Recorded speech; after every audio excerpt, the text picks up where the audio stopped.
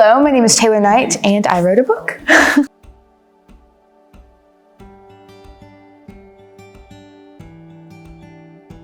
This book is historical fiction.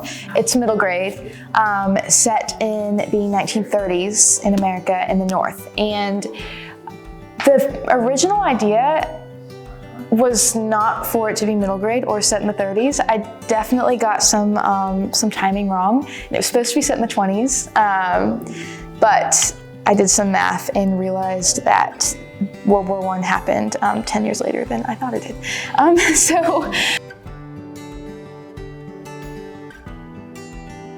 It is following two characters. It's dual POV, and they're both like 10 to 12 years old, and just sort of watching them figure the world out.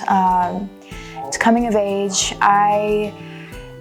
It's more of a research it was more of a research project for me because I love history and I love researching history. So I just did some deep dives on the history of the 30s, and I feel like in that specific time period, you hear a lot about the issues occurring in the South in America, and not a lot about what was happening in the North. And I'm from Minnesota, believe it or not. I also lived in Alabama, that's where the accent comes from. And it's set in Minnesota. So yeah, that's the idea.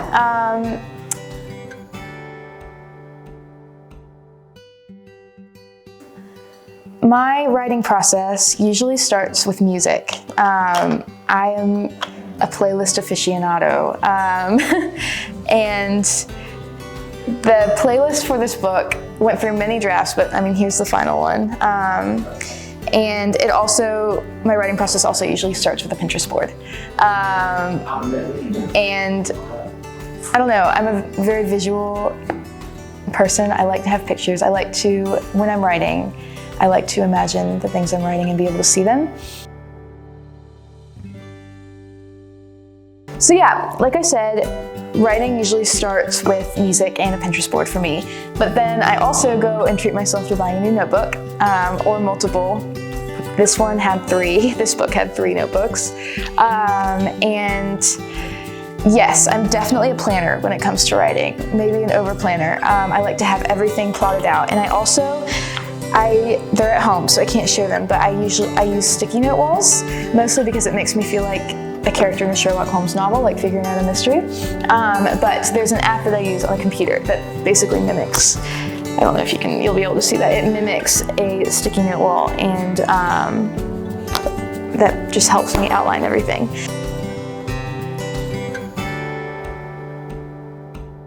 Notebooks, this one is for all of the history, all of the research I did on history and timelines and things. There was definitely a realization here that I was saying that the book was set in the 20s, but the Great Depression actually happened in the early 30s, I believe. That could be wrong. It's right in the book though. And then this is my notebook for more character things and plotting and planning, and I mean, I also like pasting things in notebooks. So yeah, and then so is this one. It's newer. It's not quite as filled up. And then once I have everything planned out, and I do plan a little bit as I go. It's not like all finished when I start writing. I get working drafting on Google Docs or Word. And when that's done, I move on. I print it out. This was the first draft for my book, and I go through this and just mark it up and yell at myself in the margins. And the editing stages are probably the most exhausting part, because first drafts suck. And I tend to beat myself up about it when inevitably my first draft sucks. It's a little bit emotionally exhausting to have to read back through what you've spent years writing, and you still feel like there's so much to do. But with this book, not necessarily with this one, this was the middle school book, the first one I wrote. Anyway, but with this book, I pulled through and I finished, and then it got turned into this.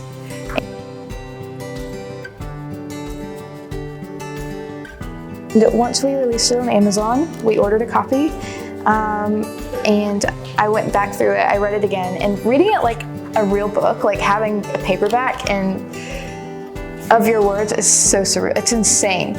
But once again, I did find quite a few typos and just things to change. So that's where all the tabs are. And then finally, we fixed everything, released it, and it's out on Amazon now. Yeah, so from here, the book is self-published currently, but from here I am attempting to query it for traditional publishing, which is when you would start seeing it in Barnes & Noble and in independent bookstores and such. So yeah.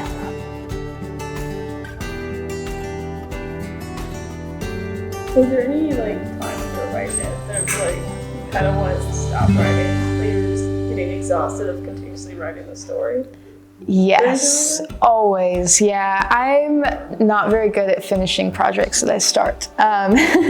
So there's always a middle part when you're like, I'm so sick of this. And luckily, this is a story that I do really care about, and the characters I really do enjoy. I wrote this book for little me because I know little me would have loved it.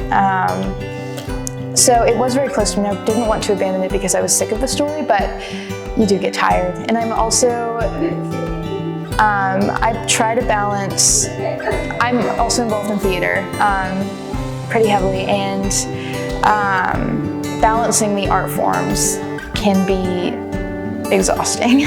So especially last year, junior year, we were in the middle of our musical, and I was in the middle of writing the book, the first draft, and I just hit a point where I was like, I don't know if I can do both of these things. I think I need to choose, but yeah, I always come back to writing, so.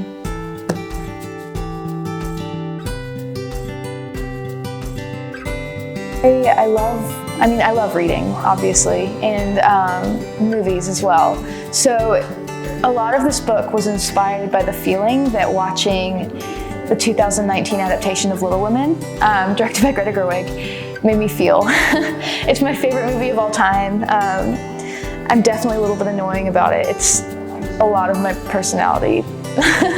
And also Dead Poets Society. And just sort of replicating the feeling that those movies give me. And I always go back to them when I'm feeling creatively burnt out. And also the main boy in the book was inspired by all of my childhood literary crushes.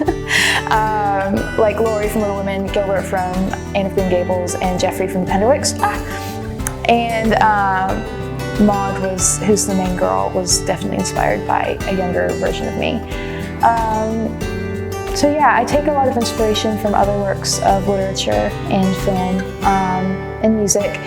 A lot of it's inspired by the albums Folklore and Evermore by Taylor Swift, which came out. So the idea for this book sort of started, there was an inkling for it in my head sophomore year, which was online during the COVID year, 2020. And during that year, not much was happening, but Taylor Swift released my two favorite albums of all time.